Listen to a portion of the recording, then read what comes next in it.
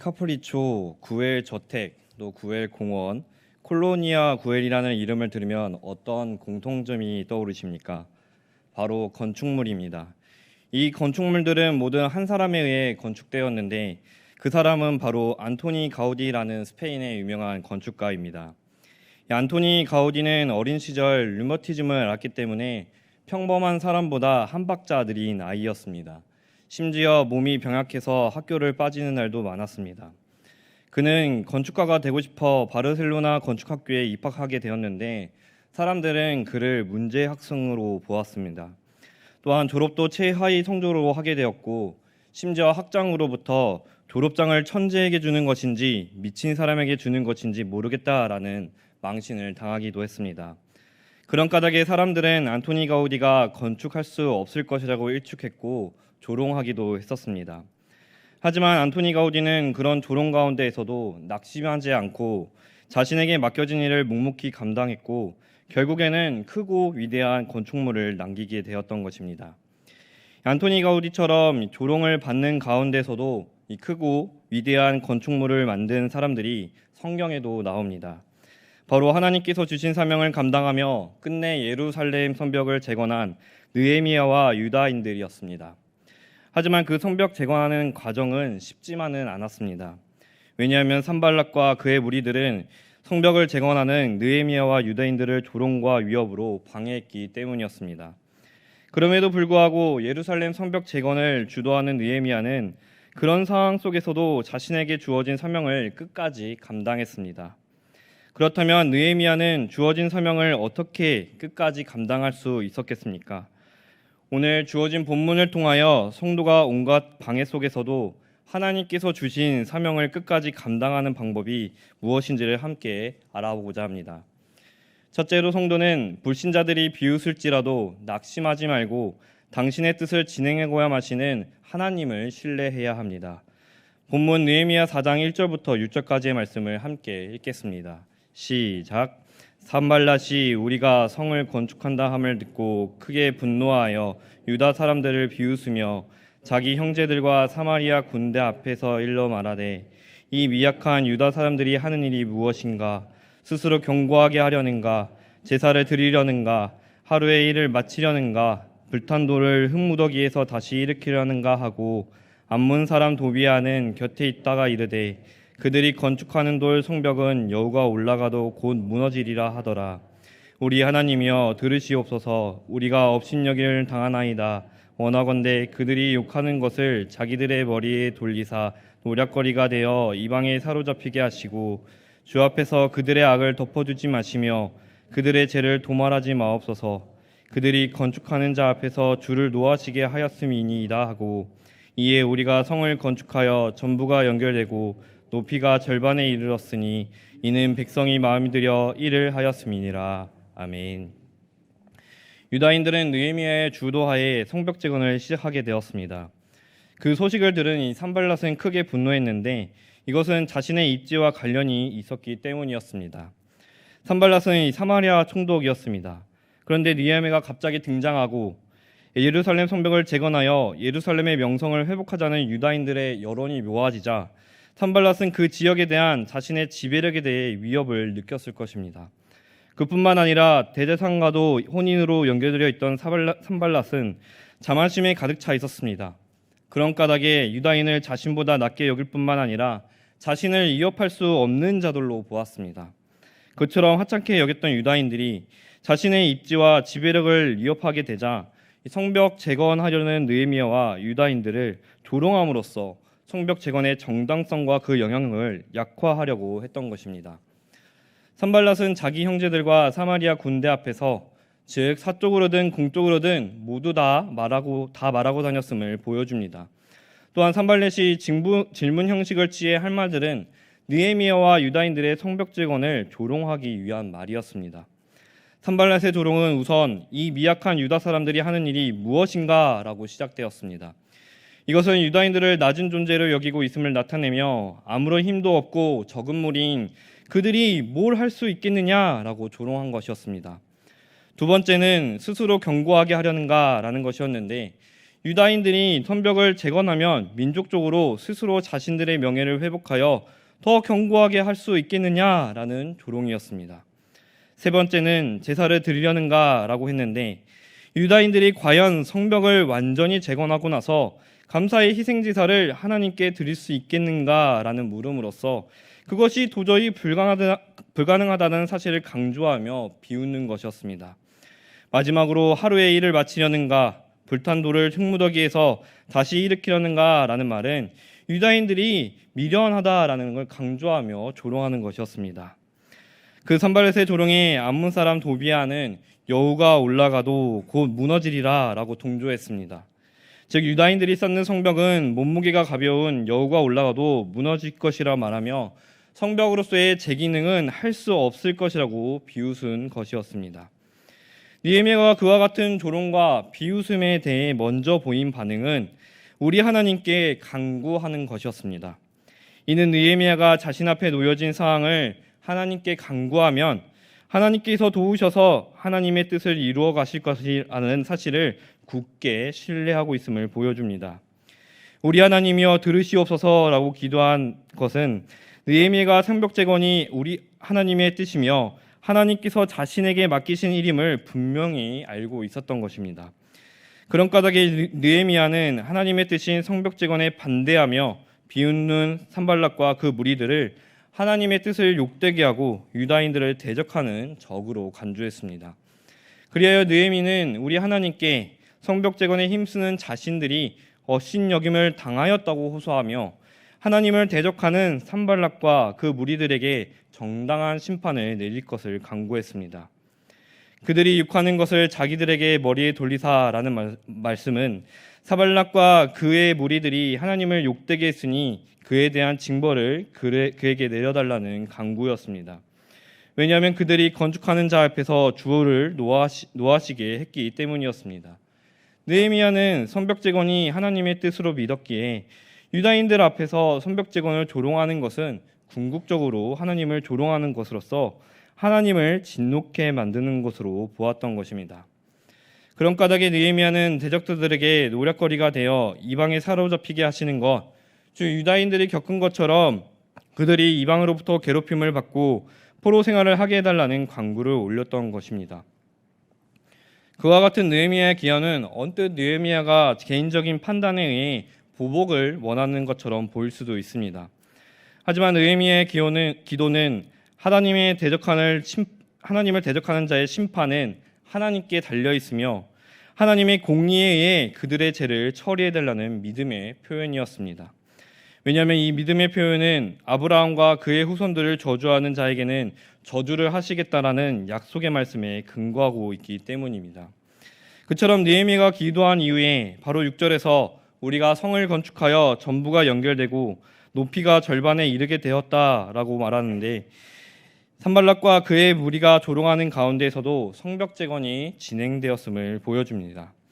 또한 백성이 마음 들여 일을 하였음이라는 말씀은 하나님께서 조롱받고 있는 유다인들의 마음을 굳세게 하셔서 성벽 재건이라는 자신의 뜻을 진행하셨기 때문에 그처럼 말한 것이었습니다.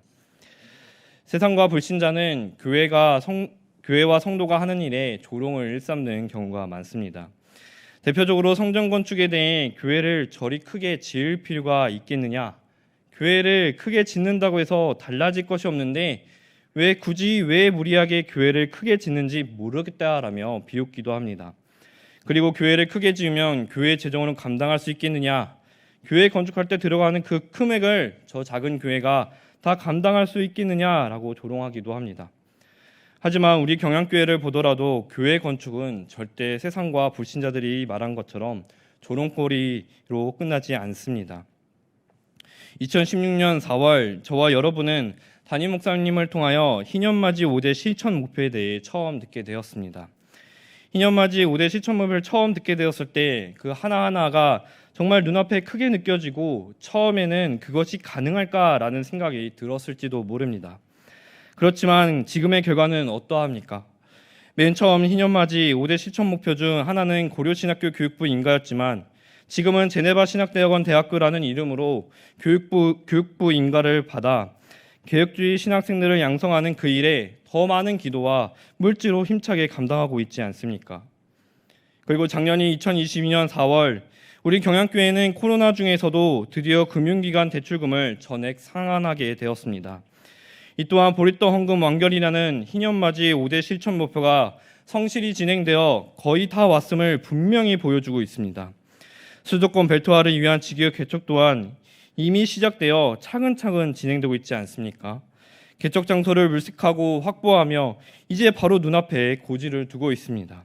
그뿐만 아니라 남북 통일 후 북한 선교를 위한 준비와 강서지역 복지사업 정착도 우리가 기도하며 차근차근 준비하고 있습니다. 그뿐만이겠습니까? 세상과 불신자들은 복음 전파하는 교회의 성도를 향해 미련하다, 부질없다라고 말합니다. 하지만 우리는 전도를 통하여 주일학교와 새속식반을 통하여 새로 오는 아이들과 성도님을 보면서 복음 전파가 착실히 이루어지고 있음을 확인할 수 있습니다. 또한 어려운 상황 속에서도 선교지에서는 각 나라와 민족에게 복음이 전파되고 전도의 열매를 맺는 기쁜 소식들이 들려오고 있습니다. 그야말로 저와 여러분은 이 경향을 통해서 하나님의 뜻이 진행되고 있음을 날마다 목도하며 체험하고 있는 것입니다. 이 모두는 그저 사람이 노력해서 진행된 것이 아니라 하나님께서 하신 일입니다. 하나님께서는 우리 마음을 감동시키시고 우리를 통하여 자신의 뜻을 진행하시기 때문입니다. 그런 까닭에 저와 여러분은 당신의 뜻을 진행시키시며 반드시 이루고야 마시는 하나님을 신뢰해야 합니다. 그것이 바로 하나님께서 주신 사명을 감당할 때 보여야 하는 성도의 마땅한 모습인 것입니다. 그러므로 그 어떤 조롱이 있을지라도 낙심하는 것이 아니라 우리 통해 당신의 뜻을 이루고야 마시는 하나님을 신뢰함으로써 맡겨진 사명을 감당하는 경영의 모든 성도가 되시기를 바랍니다.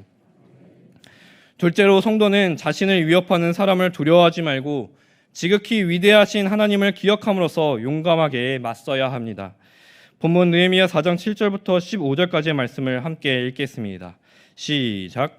산발락과 도비야와 아라비아 사람들과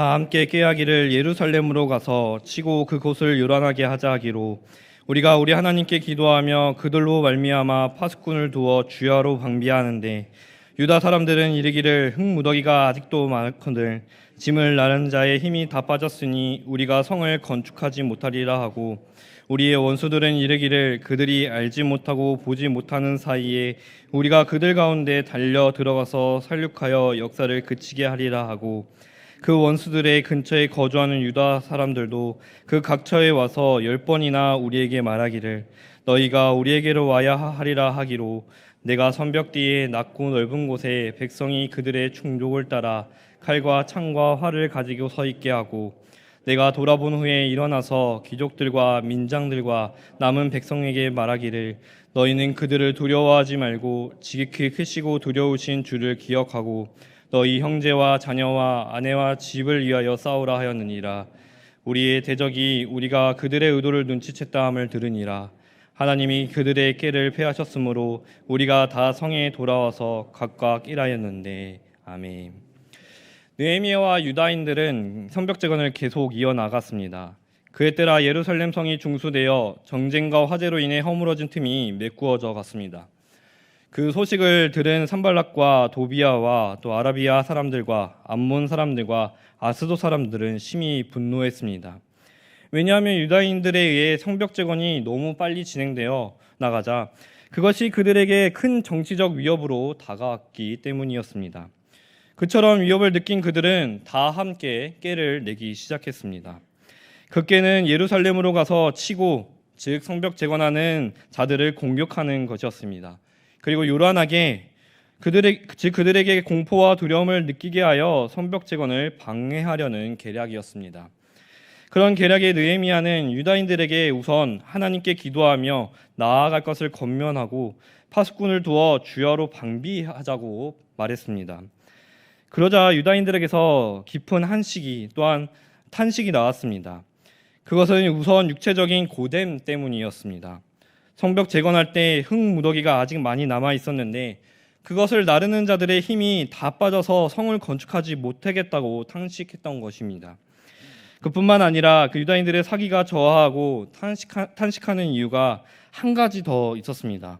그것은 바로 산발락과 도비와 그 아라비아 사람들과 암몬 사람들과 아스도 사람들이 말하기를 유다인들이 알지 못하고 보지 못하는 사이에 그들에게 달려들어 공격하고 살육하여 성벽 재건을 멈추게 할 것이라고 재차 위협했던 까닭이었습니다. 그래서 유다인들은 유체적으로나 정신적으로나 지친 상태에 있었고 더불어 적들이 사방에서 자신들을 노리고 있다는 사실로 인해 두려움에 빠져 있었던 것이었습니다. 느헤미야는 그처럼 탄식하는 유다인들에게 칼과 창과 활을 가지고 서 있게 하고 그들을 두려워하지 말고 지극히 크시고 두려우신 줄을 기억할 것을 관건했습니다. 여기서 지극히 크시고라는 말은 하나님의 위대하심을 나타냅니다. 두려우시란 표현은 위대하신 하나님을 강조하며 위대하신 하나님을 경외할 것을 나타내는 표현입니다. 느헤미야는 유다인들에게 위대하신 하나님만을 경외하고 우리를 지키실 하나님을 기억하여 용감하게 대처할 수 있도록 선포한 것이었습니다.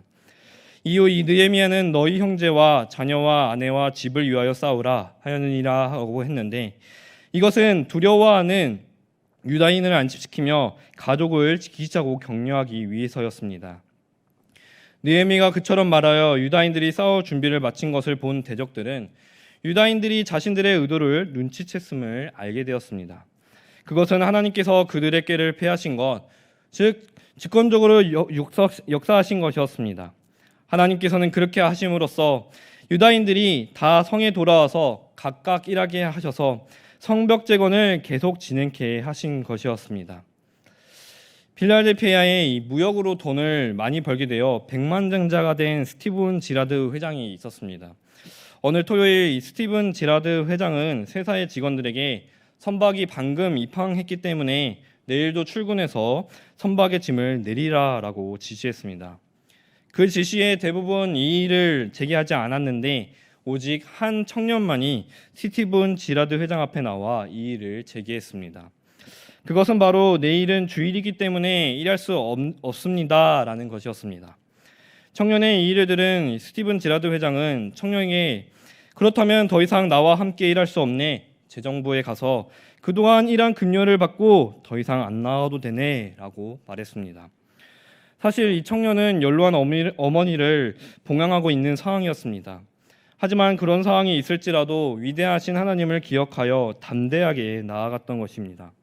그 이후 청년은 3주 동안 발이 아프도록 시내를 다니며 일자리를 구했지만 얻지 못했습니다. 그러던 어느 날 스티븐 지라드 회장에게 필라델피아의 한 은행 총재인 친구로부터 새로운 은행을 하나 열어야겠는데 정직하고 성실한 사람이 있으면 소개해달라라는 연락이 왔습니다. 곰곰이 생각하던 스티븐 지라드 회장은 3주 전에 자신이 해고했던 그 청년을 추천했습니다. 친구가 그 청년을 추천하는 이유를 묻자 스티븐 지라드 회장은 자기의 처한 형편에 따라 신념과 원리를 바꾸지 않는 사람이어야 새 은행의 돈을 믿고 맡길 수 있지 않나. 그리고 그 청년은 그 무엇보다 하나님을 두려워할 줄 안다네 라고 말했습니다. 위대하신 하나님을 기억함으로써 자신의 생활에 타격을 입힐 수 있는 사람을 두려워하지 않고 용감하게 나아갔던 청년에게 하나님께서는 예전의 직장보다 훨씬 더 좋은 직장에서 일하게 해주셨던 것입니다. 그처럼 성도는 자신의 안위를 위협하는 사람, 더 나아가 상황을 두려워하지 말고 그 어떤 것보다 지극히 위대하신 하나님을 기억함으로써 용감하게 맞설 수 있어야 합니다. 사람은 누구나 미래에 대해 가보지도 못하고 알지도 못하기 때문에 그 미래에 대해서 불안해하고 두려워할 수 있습니다. 그런 까닭에 사람은 자신의 미래를 불안하게 만들 수 있는 사람의 눈치를 본다거나 그런 상황을 만들지 않으려고 하는 것입니다. 이것은 사람이라면 누구나 그럴 수밖에 없습니다. 왜냐하면 사람은 유한한 존재이기 때문입니다. 하지만 성도는 불신자와 명백한 차이가 있습니다. 그것은 바로 하나님께서 무한하시며 전지전능하신 분이시라는 것을 알고 믿는 자가 성도이기 때문입니다. 그처럼 성도는 위대하신 하나님을 알고 있으므로 오는 경험에서 비롯된 두려움을 갖게 되는 것입니다. 또한 그로 인해 그 무엇보다 하나님 외에 다른 것에 두려워할 필요가 없게 되는 것입니다. 저와 여러분은 자신의 안위를 위협하는 사람과 상황이 있을지라도 두려워하지 말고 위대하신 하나님을 기억할 수 있어야 합니다. 그것이 바로 받은 사명을 감당하는 성도의 바른 모습입니다. 애초에 받은 사명은 나로부터 시작되는 것이 아니라 하나님께서 주신 것이기 때문에 하나님께로부터 시작되는 것입니다. 그런 까닭에 우리는 자신의 심령에 하나님을 모셔놓고 항상 하나님을 기억할 수 있어야 합니다. 그런 성도만이 어떤 상황인지 간에 사명 감당하는 것을 결코 멈추지 않고 더욱 용감하게 나아갈 수 있는 것입니다. 그러므로 자신의 안위를 위협하는 사람과 상황을 두려워하지 말고 그 어떤 것보다 위대하시고 전지전능하신 하나님을 기억함으로써 용감하게 맞서 나아갈 뿐만 아니라 이 받은 사명을 넉넉히 감당하는 경향의 모든 성도가 되시기를 바랍니다. 셋째로, 성도는 끝까지 방심하지 말고 성도를 위하여 싸우시는 하나님을 믿으면서 자신이 할 수 있는 최선을 다해야 합니다. 본문 느헤미야 4장 16절부터 23절까지의 말씀을 함께 읽겠습니다. 시작.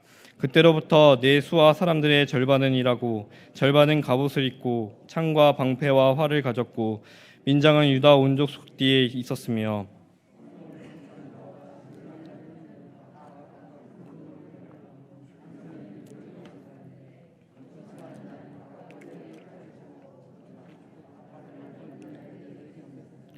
내가 귀족들과 민장들과 남은 백성에게 이르기를 이 공사는 크고 넓음으로 우리가 성에 떨어져 거리가 먼즉 너희는 어디서든지 나팔 소리를 듣거든 그리로 모여서 우리에게로 나아오라.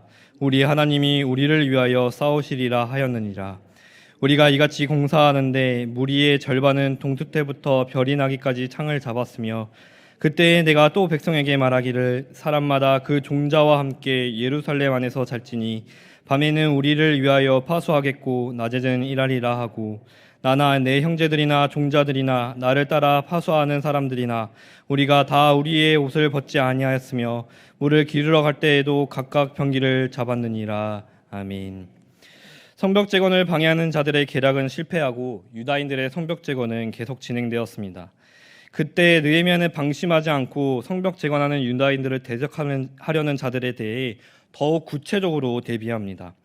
우선 성벽을 재건하는 자 중에 절반은 일하고 절반은 갑옷과 창과 방패와 활을 가지고 있게 할 뿐만 아니라 유다인들의 주간 리더인 민장은 유다인들의 뒤에 있게 했습니다. 이는 유다인들의 온 족속이 갑작스러운 공격에 대해 방어 태세를 갖출 수 있게 한 것이었습니다. 그 다음 느헤미야는 성을 건축하려는 자와 짐을 나르는 자는 한 손으로 일을 하며 한 손에는 병기를 잡게 했습니다. 이 역시 갑작스러운 공격으로부터 유다인들이 자신과 가족, 더 나아가 민족 전체를 지킬 수 있게 하기 위함이었습니다. 또한 느헤미야는 건축하는 자는 각각 허리에 칼을 차고 건축하며 나팔 부는 자는 내 곁에, 즉 느헤미야 곁에 서서 있도록 했습니다. 그 이유는 성벽 재건 공사 규모가 크고 넓은 지역에 분포하여 있을 뿐만 아니라 성에서도 먼 거리에 떨어져 있기 때문에 서로의 시야에서 벗어나고 사람의 목소리가 들릴 수 있는 범위가 아니었기 때문이었습니다.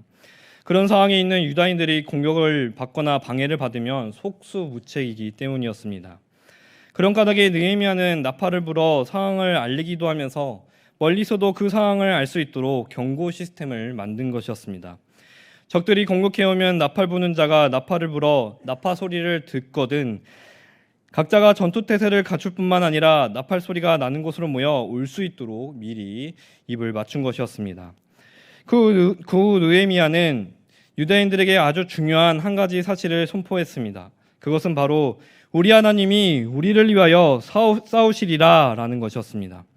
이는 하나님께서 자기 백성을 위하여 싸우신다라는 느헤미야의 신앙이었습니다. 그리고 느헤미야의 선포는 유다인들에게 자신들을 위해 싸워주시고 지켜주시는 분은 하나님밖에 없음을 분명히 알려줌으로써 성벽을 쌓고 있는 사람들의 불안감을 해소하고 용기를 북돋아주기 위한 말이었습니다. 그와 동시에 그들의 파수와 성벽 재건이 성공하기 위해서는 여호와께서 우리를 위하여 싸워주셔야 가능한 것임을 깨우쳐주기 위함이었습니다. 그러한 느헤미야의 믿음을 토대로 한 최선의 노력은 거기에서 놓치지 않았습니다. 느헤미야는 모든 유다인들에게 그 종자와 함께 예루살렘 안에서 자기하여 밤에는 파수하고 낮에는 일하게 했습니다. 이는 모든 유다인들을 동원하여 서로를 지키게 일하게 함으로써 성벽 지역원에 빈틈없이 힘쓰게 했던 것입니다. 이러한 일은 동틀 때부터 별이 나기까지 즉 하루 종일 행해졌습니다. 또한 느헤미야는 자신을 비롯하여 형제들과 파수하는 사람들이 옷을 벗지 아니하였으며 물을 기르러 갈 때도 각각 병기를 잡았습니다. 이는 느헤미야가 유다인들에게만 지시하고 자신은 뒤에서 뒷짐을 지고 있는 것이 아니라 자신도 나서서 할 수 있는 최선의 노력을 다한 것이었습니다. 제가 어렸을 적에 KBS에서 방영한 슈퍼TV 이효리는 즐거워 슈퍼도미노라는 TV 프로그램을 즐겨봤었습니다. 어느 특정 단체가 나와서 그 작은 도미노 10만 개를 세워나가는데 그 작업은 절대 쉽지 않았습니다. 도미노가 다 쓰러지는 데는 5분이 걸리지만 이를 완성하는 데는 100시간이 넘게 걸릴 정도로 어려운 작업이었습니다. 한 번은 10만 개의 도미노 중 이제 정말 몇 개만 세우면 완성을 코앞에 둔 적이 있었습니다. 그런데 한 팀원이 도미노를 자기도 모르게 건드려 애써 세운 도미노가 쓰러지기 시작하여 도전히 실패하게 되었습니다. 그야말로 도미노 10만 개 완성이라는 결승점을 눈앞에 두었지만 이 순간의 방심으로 실패하게 되었던 것입니다. 그처럼 끝까지 방심하지 말아야 할 것은 우리의 신앙생활 또한 마찬가지입니다. 입으로는 하나님을 믿어요 라고 말하지만 삶에서는 하나님을 믿는 사람의 모습을 나타내지 않는 사람들이 있습니다. 그저 하나님께서 다 해주실 거야 라고 말하면서 그야말로 아무것도 하지 않고 손을 놓고 있는 사람들도 있습니다. 물론 하나님을 전적으로 신뢰하는 모습은 당연하고 필요하지만 그렇다고 해서 그 믿음만을 가지고 아무것도 하지 않고 가만히 있는 것은 결코 믿음 있는 성도의 바른 모습은 아닙니다. 그러한 모습은 자신이 하나님을 향해 믿는다고는 했지만 사실은 불신하는 모습과 별반 다르지 않는 모습입니다. 왜냐하면 참된 믿음은 실천을 동반하기 때문입니다. 또한 사람은 삶을 살아가면서 방심할 때가 있습니다. 그 방심 때문에 어떤 일을 실패하거나 원상태로 돌아가게 되면 너무나도 아쉬워하기 마련입니다. 성도들도 역시 방심으로 인하여 하나님께서 맡기신 사명을 제대로 완수하지 못하거나 다시 시작점으로 돌아가게 되어 아쉬워할 때가 있을 수 있습니다. 그와 같은 일을 겪지 않으려면 우리는 끝까지 방심하지 말고 주신 사명을 충성스럽게 감당해야 하지 않겠습니까? 또한 그것이 하나님께서 기뻐하시는 일이 아니겠습니까? 저와 여러분은 하나님께서 맡기신 사명을 감당할 때 끝까지 방심하지 말고 우리를 위하여 싸우시는 하나님을 믿어야 합니다. 그리고 믿는 것에서 그치는 것이 아니라 자신이 할 수 있는 모든 최선의 노력을 동원하여 주신 사명을 끝까지 감당해야 하는 것입니다. 그렇지 않으면 결승선에 다 와놓고도 순간의 방심으로 결승선에 도달하지 못하게 될 수 있습니다. 그것은 그야말로 정말 공든탑도 개민구멍으로 무너지는 꼴이 아니겠습니까?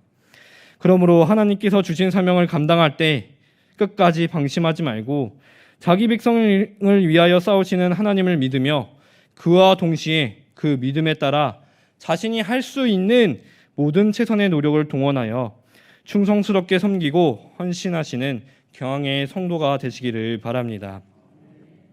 경양의 성도 여러분, 그리고 오늘 헌신을 다짐하시는 10, 11, 12 남존도의 회원 여러분, 느헤미야는 조롱과 생명의 위협 등의 방해 가운데서도 성벽 재건을 계속 진행했을 뿐만 아니라 끝내 성벽 재건이라는 사명을 완수할 수 있었습니다.